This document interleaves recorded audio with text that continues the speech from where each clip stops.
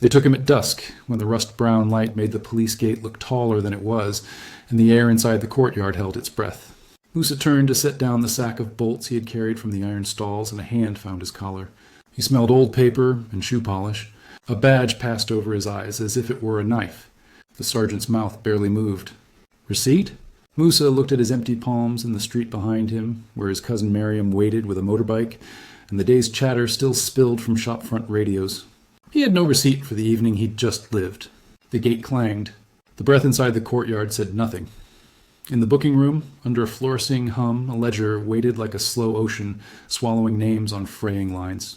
The clerk wrote Diallo M and left the next column blank, the one that asked for a charge. When she paused, the senior officer's knuckle tapped the desk. A courtroom gavel scaled down to a single joint. Fill it, he said, but he did not give a reason. Musa glanced at the clock. The top of the hour stared back like an unwinking eye. He asked what law he had stepped on. The room answered with a stamp, red, sinking into paper, spreading toward his name like a small spill. Across the street, evening whistles wrapped the market in thread. Plastic bowls clicked together as women stacked them. A child tugged his mother's sleeve, pointing to the squad car that had snatched a man from the curb as if the city were a conveyor belt that occasionally swallowed a piece without stopping. Miriam stood with her phone pressed to her ear, getting tone and then silence, and then the dry voice of the desk sergeant telling her to come in the morning with a receipt number she did not yet have. Her other hand clutched a wad of notes she had saved for rent, the paper warm with her hope that money could be a key to any door. Inside the station, the obstructive official leaned on the doorframe, a man whose uniform fit his impatience. Commander Ndoye had perfected a way of looking past people that made them apologize for taking up air. He did not raise his voice. He did not need to. A blue file sat at his hip, its elastic frayed, its corners blunted by years of closing before anyone inside it could finish their breath. Quotas, quotas, he murmured as if the word were a prayer. He did not say what they were for. The ledger swallowed another line. A courageous pair of eyes watched from the clerk's stool. Awa had learned to move her pen like a scalpel, cutting through confusion to leave a small, clean wound in the page that might heal when somebody else read it. She saw that the charge field remained blank, that the desk stamp darkened where there should have been ink lightness. Moose's wrists rested on the desk, not bound but made slow by the gaze of 3 uniforms. Awa met his eyes only briefly, a sip of shared breath, then looked back down. The rules made bravery a tiny thing, a flick of the pen, not a speech. At the far edge of the precinct, along the corridor with the peeling paint that always looked wet, a door marked Evidence had been repurposed to swallow more than evidence. Through it ran a short chain of men who had done too little to meet anyone's need for excitement. The city outside traded oranges for coins and gossip for laughter.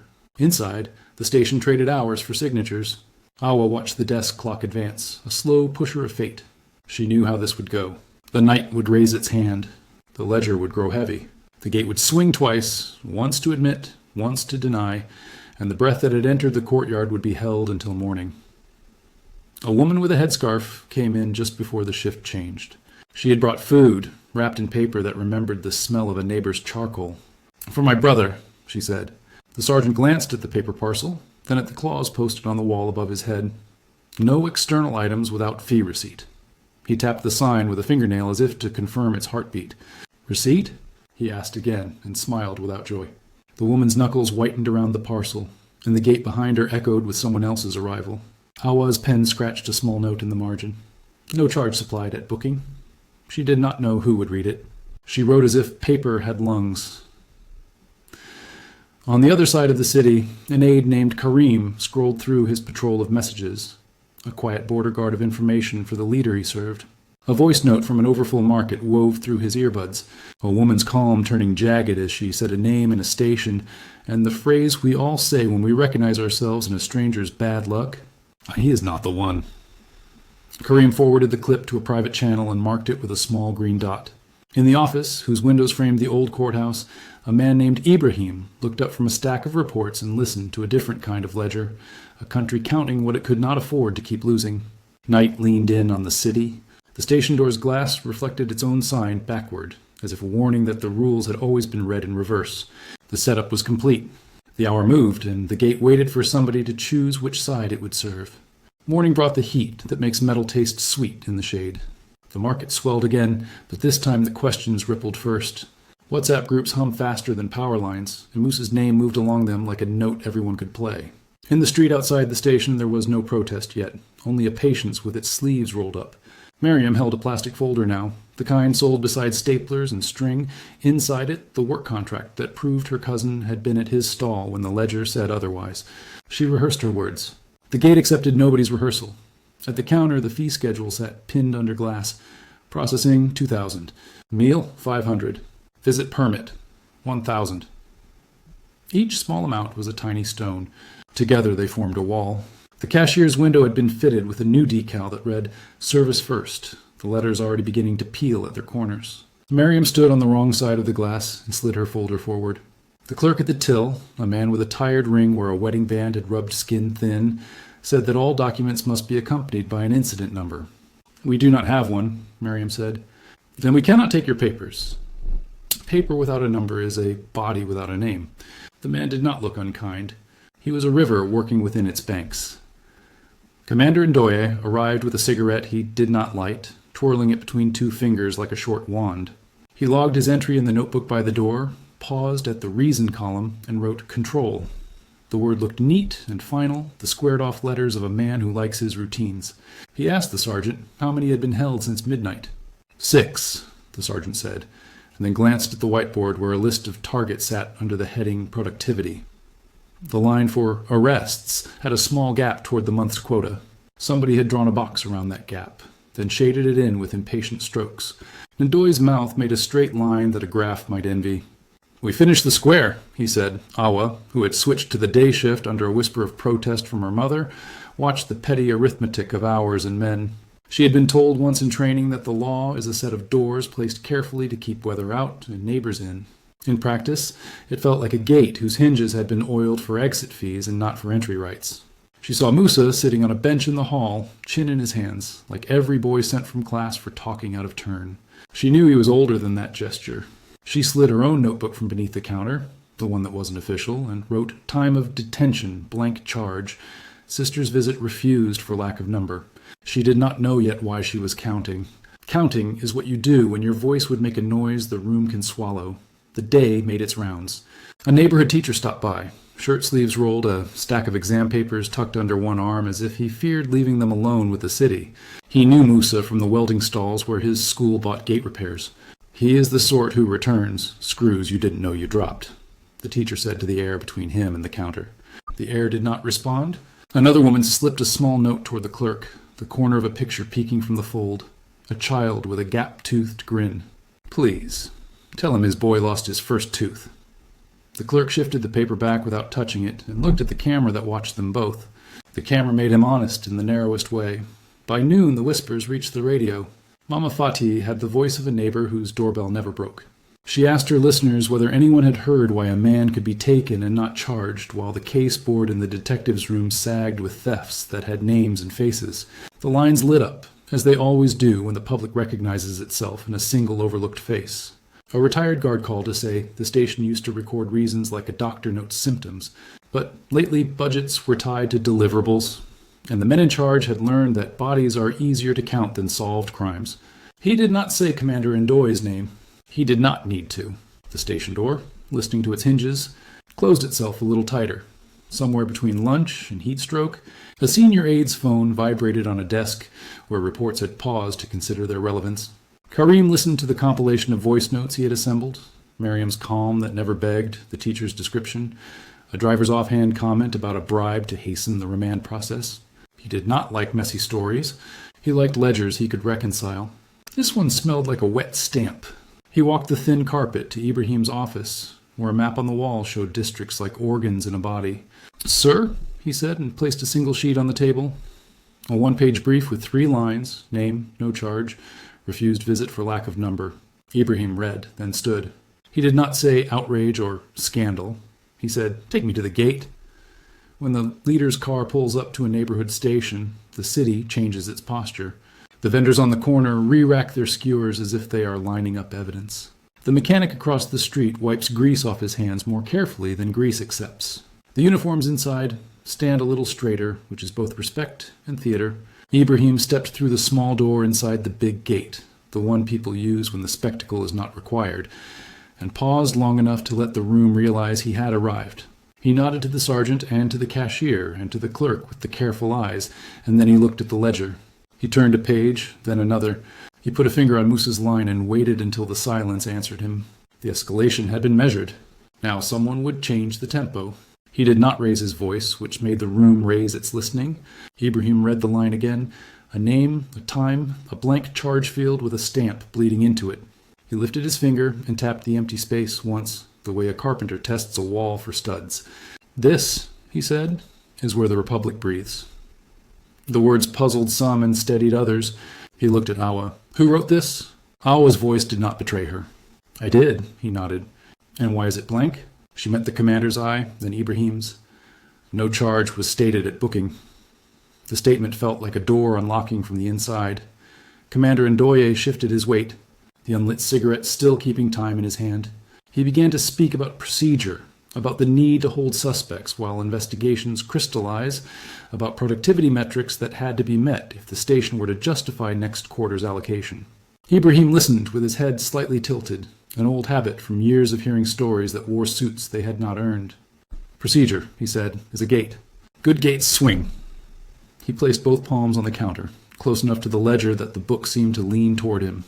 Bring me the man named here. The sergeant hesitated, glanced at Ndoye, and then walked the corridor with the paint that never quite dried. The bench in the hall yielded its sitter. Musa rose with the awkward grace of someone unsure whether to be grateful for the hand that moves him. When he reached the desk, he did not look angry.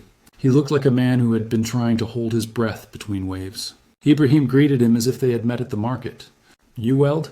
He asked. Musa nodded. I've seen your gates in the ministries, Ibrahim said, which may or may not have been true. It felt true enough to give them a short bridge across the room's cold water. Has anyone told you why you're here? Musa shook his head. Ibrahim turned to the commander. Has anyone told you why he is here?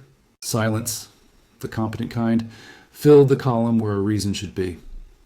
Karim had been moving along the back wall, eyes on the small things.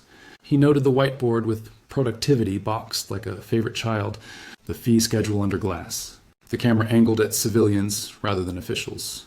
The phone number for complaints tucked so low behind the rubber stamp tray that only dust reached it. He took pictures the way a gardener collects seeds, quietly, with the expectation of growth. Ibrahim watched him work, then addressed the room.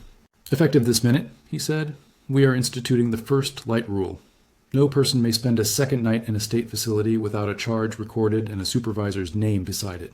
Doors exist to keep out storms, not to keep in citizens. If there is no charge by sunset, the door opens. There are sentences that change air pressure. The sergeant's shoulders dropped half an inch. Awa's pen slid forward of its own accord. Commander Ndoye's unlit cigarette stilled for the first time. He began to object, but Ibrahim lifted a hand, and the objection learned the difference between weather and climate.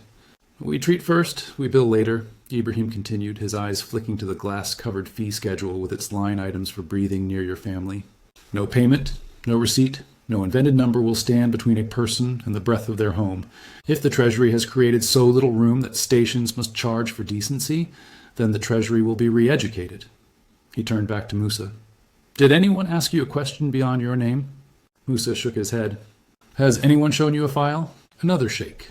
Ibrahim nodded toward Awa's private notebook. Tell me what you have seen. It is not simple to speak under a camera when the commander's shadow is another lens. Still, Awa recounted the blank charge, the refused food parcel, the recycled rubber stamp whose date wheel stuck on yesterday. She did not dramatize. She put objects in a line the way you align hinges before screws. Ibrahim thanked her, and in that thank you, others felt something loosening that had nothing to do with authority's grip and everything to do with its direction. Outside, we're gathered on the curb like small birds, ready to lift at any signal.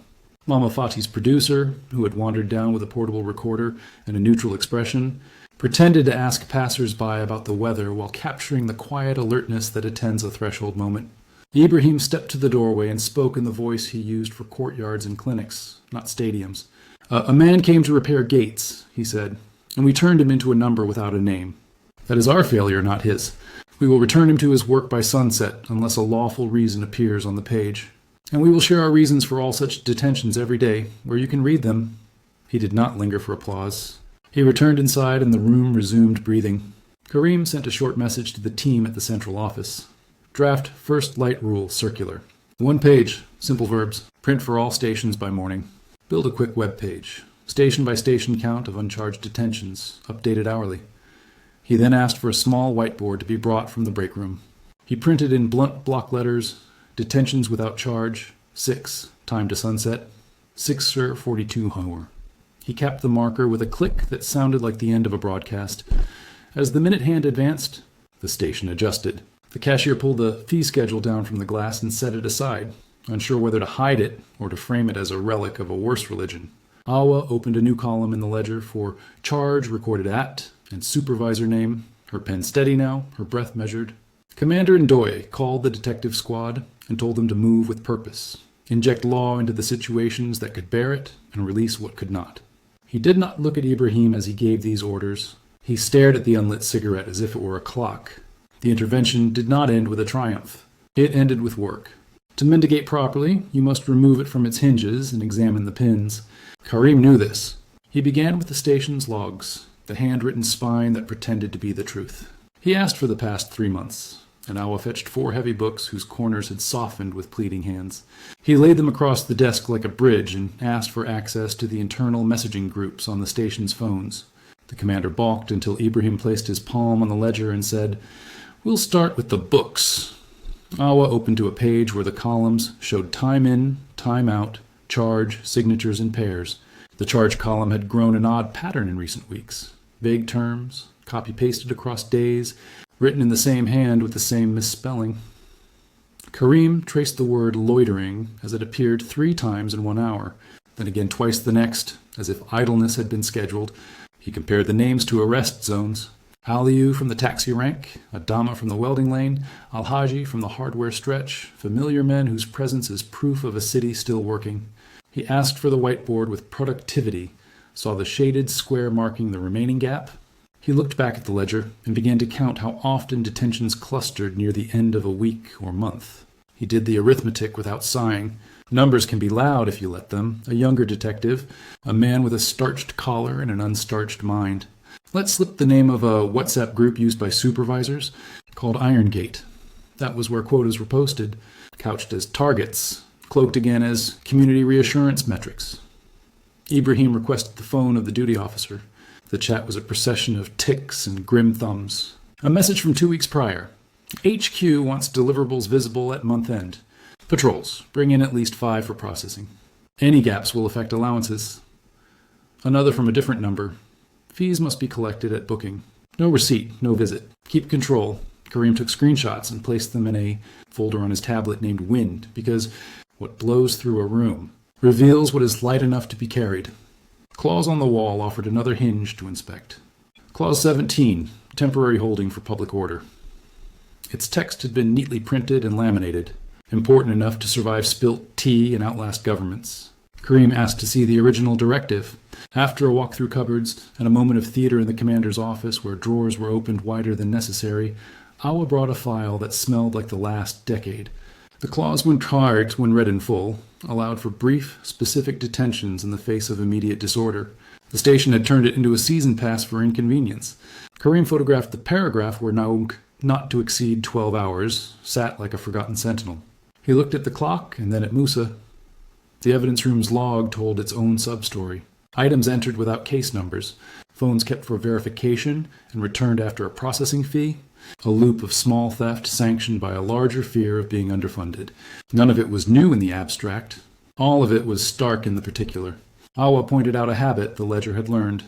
Where the supervisor signature ought to live, a clerk had been trained to write a single squiggle that could belong to anyone. She flipped to a page from last month and found the same squiggle above an entry for a man who later proved to be a cousin of a counselor. His case had been handled in an hour. Moose's line had no such luck. Karim assembled his artifacts, the ledger pages with their copy-paste charges, the Irongate screenshots, the clause with its 12-hour ceiling, the fee schedule, and its perverse map for breath. He added a note about the camera angles, the complaint phone number placed behind a tray, the word control repeated in the commander's own handwriting. He wrote a 1-page summary first, then a longer memo with room for shame and room for reform. Ibrahim read in silence, then asked the commander a question that did not accuse. It implicated. If the ministry ties your budget to counts rather than outcomes, he said, what do you do? Ndoye lifted his eyes. We count. The word landed with the sound of a gate closing. Exposure is a careful act. To name a broken mechanism without breaking the people trapped under it, one must honor small truths with the same ceremonial tone given to grand policies. Ibrahim stepped outside, past the radio producer who could smell a speech forming, and spoke to the clustered faces. He described what had been found, targets that twisted into quotas, a clause stretched until it became netting, fees that had grown into bars. He did not say corruption, because he wanted the city to understand the engineering of the problem, not only the rot. When we ask a station to prove its worth by the number of people it holds, it will hold people, he said. When we oil a hinge with the money of the poor, the door will shut more easily on them. In the afternoon, the central office pushed the new page live. A public dashboard, plain as a window. It listed each station with 3 lines that updated on the hour. Detentions without charge, last 24 hours. Average time to charge. Complaints received and resolved. Below it, a button took citizens to a channel that accepted voice notes and photos. A note promised a response inside 48 hours. Mama Fadi read the figures on air like lottery numbers the city had waited years to hear. Some stations showed zeros. Others looked like the backs of postage stamps. Small numbers, but sticky enough to pull you closer. A prosecutor from the oversight unit arrived near sunset with eyes that had learned to parse excuses. He took Kareem's folder and said nothing, his silence abridged paperwork with teeth. He did not look to television for permission. He asked to speak to the supervisor, who had been a squiggle. The sun washed the gate in a final orange before evening. Inside, the ledger's weight shifted, and for the first time that day it felt like a book that could be closed without the air going out of the room. Exposure had named the pins and the hinges, the oil and the hand that had turned the door the wrong way. The next move would be to rehang it. Reform works when it is simple enough to survive the boredom that follows outrage. That night, under lights that made paper look earnest, Ibrahim signed the first light rule into a circular of 1 page. Its verbs were workmanlike: charge, record, sign, release. The heart of it was a sentence that every station could memorize without ceremony. No person spends a second night without a recorded charge and a named supervisor. Where no charge exists by sunset, release is immediate. He paired it with something stations could feel between their fingers. The fee schedule was voided. Treat first, bill later had moved from clinics into custody. Decency could no longer be invoiced. Treasury would provide a safety operations grant, calculated by population served and audited quarterly, to replace the hunger that had taught desks to charge for air. By morning, the dashboard glowed on a screen in the station lobby, a modest rectangle above a water cooler that had been dry more often than it should. Detentions without charge, 0. Average time to charge, 3 hours 12 minutes. Complaints resolved, awaiting first. Below the numbers, a printed sign used words that made people chuckle with relief. Door to help minutes. Someone had added, in pen, we're racing the sunset. The complaint channel, reachable via a short code stamped on paper slips and read out on the radio. Promised a human reply inside 2 days and a first report within 7. That was the service level agreement, plain enough to be thrown back at the state if the state forgot. Banning the perverse incentive required more than scolding. The ministry's quarterly funding memo, rewritten in Kareem's plain style, swapped arrest counts for 3 outcomes. Crimes charged and brought to court within a legal time frame. Detentions resolved by a release or charge before first light. Community complaints resolved on time. Productivity boards would now show how quickly gates opened for the innocent and how consistently cases moved for the accused. A small line at the bottom spelled an uncomfortable truth for commanders. Any use of quotas for detentions without specific case linkage is a disciplinary offense. It did not make for good television, and that was the point. Paper, not speeches, would carry the habit. Training, always the part the news ignores, came wrapped in embarrassment. Hawa led the morning drill with a dozen officers, a stack of red paper cards in her hands. Each card said, release. The drill was laughably simple. If a charge was not recorded and signed by sunset, the desk sergeant would physically hang a red card on the cell door and walk the person out. No one was to invent a number to postpone a breath. They ran the drill twice, because repetition is how grown-ups learn. The commander watched, then took a card and hung it himself on an empty cell door. Someone clapped, a small sound like a cough. Embarrassment turned to practice. Enforcement teeth were sharpened quietly. The oversight prosecutor returned with 2 colleagues and a schedule for audits. Stations would face unannounced checks of ledgers against the public dashboard. Mismatches would trigger inquiries. The Iron Gate chat was archived for disciplinary review. The camera in the booking room was re-angled, now a quiet guardian of both sides of the counter. A directive went to all commanders. Any budget memo that mentioned deliverables must attach definitions that did not include human bodies as metrics. To ensure the change did not wither under heat, Kareem scheduled monthly culture checks, 15-minute conversations in station courtyards about how the first light rule had met reality that month. Clerks, porters, constables, and the cashier would speak first. Commanders would speak last. Moose's case, which had begun as a blank, ended as a lesson. By the second sunset, with no charge filed and no supervisor able to sign a reason without blushing, Awa hung the red card and led him to the gate.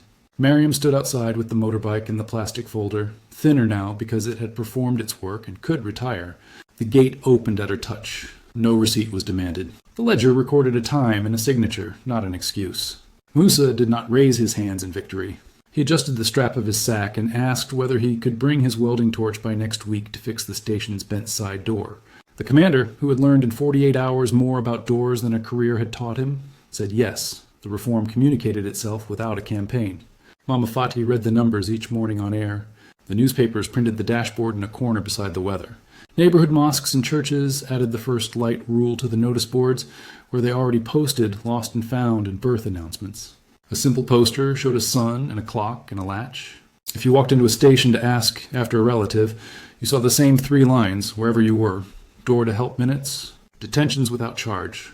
Complaints resolved. If the numbers looked wrong, people knew what to do with their phones. Not every station was reborn in a day. Some learned to play with the edges, recording charges with words that had no teeth, signing as if signatures could carry intent without substance. Auditors found these tricks and named them, not with anger, but with the patience of a teacher correcting a familiar error. 2 commanders were suspended when chat messages surfaced, showing they had attempted to reintroduce quotas under new names. 1 prosecutor filed charges where fees had been taken for visits, in defiance of the circular.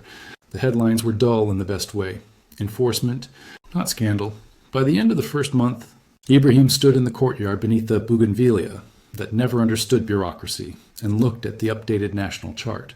Time to charge dipped below 3 hours in districts that once stretched detentions into days.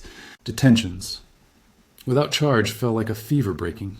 The complaint line had recorded 500 calls. 400 had been answered within the promised window. 103 had become cases. He did not say the word victory. He said, "Keep breathing." Then he went back inside, where a clerk was adjusting a camera and a constable was practicing the embarrassment of hanging a red card on a door that would never again forget how to open. The system settled into their hum, the way a fan takes up its duty and is remarkable only in its absence. At the welding lane, heat shimmered above Moose's workbench, and the clink of finished hinges made a soft rhythm against the drone of the world. He had built a new gate for a clinic, simple bars that would not kink under careless hands. When he lifted it with a helper to test the swing, he smiled at the hinge's honest complaint. Oil would cure that. He did not mention the station in the next street unless a customer did, and then he said only that the door there now remembered the names it had swallowed and kept them safe. Awa wore a new badge, a slight upgrade in rank that came with a chair that didn't wobble and a voice at the monthly culture check. She kept her private notebook, though now it was less rebellion than routine.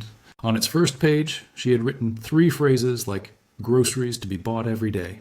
Name the time, fill the reason, sign what you own. She no longer hid the complaint number behind the stamp tray. She taped it on the counter where hands would smudge it with use. Some afternoons, she stood in the lobby near the dashboard screen and answered questions from grandmothers who had learned to read graphs for the first time. She learned, with the patience of a nurse teaching hand-washing, to translate numbers into breath. Commander Ndoye kept his post for a while under a kind of probation that allowed for dignity to stay in the room while accountability took a chair. He no longer shaded squares on whiteboards. He shaded coffee mugs with the rings of a man learning to wait for new kinds of results. At the third culture check, he apologized to no one in particular, a strange public speech in a courtyard where apologies had never been currency. The unlit cigarette had disappeared from his hand. In its place, he carried a red card. The drill symbol turned into a reminder. He had not become a hero. He had become a hinge that no longer stuck. The dashboard grew boring, which is the first sign of health. Morning radio read the numbers with the same gravity it gave humidity. The complaints line settled into a rhythm, its staff rotating according to a chart that fit on one page.